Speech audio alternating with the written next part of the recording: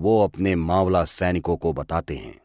अमावस की रात को जब पूरी तरह अंधेरा छाया हो, तब हम लाल महल पे कूच करेंगे।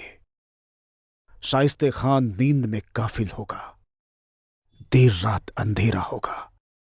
खा पी के सभी सुस्ताए होंगे। कोई सोच भी नहीं सकता कि हम उन पे हमला करेंगे। अब तक तो उन्हें ऐसा ही लग रहा होगा कि हमने हार मान ली, पर अमावस को हम ऐसे हवा की तरफ वार करेंगे कि कब आए और कब चले गए किसी को पता भी नहीं चलेगा। शिवाजी महाराज ने बहुत बेहतरीन योजना बनाई थी। सभी अमावस की रात के लिए तैयार हो रहे थे, लेकिन शाहिस्ते खान बहुत लापरवाह था। वो लाल महल में अय्याशी कर रहा था। बड़े आराम से दिन कट रहे थे। आसपास के गांव में लूटपाट किए जा रहा था। आखिर वो काली रात आ गई। देर लाल महल के अंदर शाहिस्ते खान कबाब खा के अंगड़ाई देता है। उसके सोने का समय हो गया है। वो अपने शयन गृह में चला जाता है। बाहर सावधान अवस्था में खड़ा सैनिक उसे जाते देखता है और चैन की सांस छोड़ता है। गर्दन मरोड़ता है, आलस देता है। वो भी इंसान है, उसे भी नींद आती है, लेकिन वो भाला लिए खड़ा है। सिर्फ वो ही नहीं, लाल महल में मौजूद हर सैनिक रात को थोड़ा थका रहता है। कोई आने वाला नहीं है। रात भर बस खड़े रहना है। इस बात से वो सभी ऊब चुके थे। इनके इसी रवैये का फायदा शिवाजी महाराज को होने वाला था। शाहिस्ते खान की सेना थी 1.5 लाख और उसे मारने निकले शिवाजी महाराज ने अपने साथ लिए सिर्फ 1000 बहादुर सैनिक। शिवाजी महाराज और मावले घने जंगल से गुजरते हुए शाम को ही लाल महल तक पहुंच गए थे। पहरेदार को बताया कि वे मुगल सैनिक हैं और अपने नियुक्ति के लिए आए हैं। लाल महल के हर कोने से शिवाजी महाराज वाकिफ थे।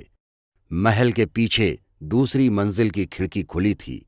एक बड़े बंबू के सहारे 2 मावला सैनिक उड़ते हुए उस खिड़की से अंदर चले आते हैं। ऊपर रस्सी बांध के नीचे खड़े मावला सैनिकों को ऊपर खींच लेते हैं। महाराज भी महल के अंदर आ जाते हैं। सभी ने अपनी तलवार निकाल ली है।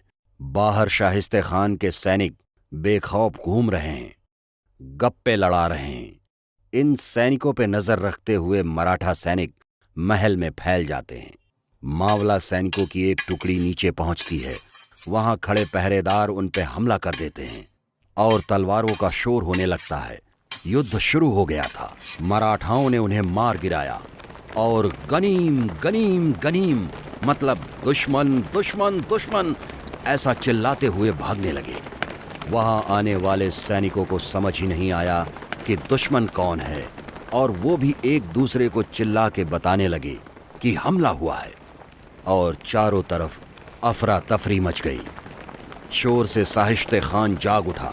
उसे पता चल गया कि शिवाजी महाराज अंदर घुस आए हैं। शिवाजी महाराज उसके पास पहुंचने लगे। ये देख के शाहिस्ते खान डर गया और औरतों के बीच जाके छुप गया, क्योंकि उसे अच्छे से पता था कि शिवाजी महाराज औरतों पे वार क्या, आंख उठा के भी नहीं देखते। वो औरतों की बहुत इज्जत करते हैं। महाराज वहीं आ गए।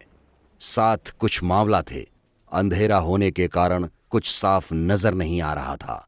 औरतें चिल्ला रही थीं। तभी एक मावला ने शाहिस्ते खान के लिबास को पहचान लिया। महाराज को बताया, वो रहा खान। ये सुनते ही खान दुम दबा के भागने लगा। महाराज उसके पीछे भागने लगे। ये सब ऊपरी मंजिल पे हो रहा था। भागते हुए महाराज ने शेर की तरह छपट के शाहिस्ते खान को पकड़ लिया। दोनों में हाथापाई हो रही थी, लेकिन महाराज की शक्ति के सामने खान टिक नहीं पाया। खान एक खुली खिड़की से छलांग मार के भागने लगा। तभी शिवाजी महाराज ने फुर्ती से तलवार चलाई। इस वार में खान के दाएं हाथ की 3 उंगलियां कट गईं और वो ऊपरी मंजिल से नीचे गिर पड़ा। बाहर खड़े मराठा सैनिकों ने इशारा मिलते ही मशालें जलाईं और बैल के सींग को बांध के उन्हें उत्तर की ओर भगा दिया। अंधेरे में मशाल की रोशनी को देख शाहिस्ते खान की फौज को लगा कि दुश्मन उत्तर की ओर भाग रही है। वे सारे मशाल के रोशनी का पीछा करने लगे। पास पहुंचने से पता चला उन्हें बेवकूफ बनाया गया है। वे सारे बस जानवर हैं। और दूसरी तरफ महाराज और सेना दक्षिण से होते हुए सही सलामत बच निकलते हैं। कुछ दिनों के बाद महाराज के किले पर उनका खबरी पहुंचता है और उन्हें बताता है, महाराज की जय। जगदम जगदम, हमारी मां साहब जीजा माता को दिया वचन हम पूरा करेंगे। स्वराज्य स्थापित कर उसकी रक्षा, और हमारे स्वराज्य पे हमारे जीते जी कोई अधर्म नहीं कर सकता। हर हर महादेव। जिस तरफ शिवाजी महाराज ने रात के अंधेरे में 1.5 लाख फौज को खबर न लगते हुए महल में प्रवेश किया, शाहिस्ते खान को पराजित किया और किसी के नजर में ना आए पूरी सेना को लेके गायब हो गए, तब से खान के सेना में ये चर्चा है कि शिवाजी महाराज के पास भूतों की सेना है।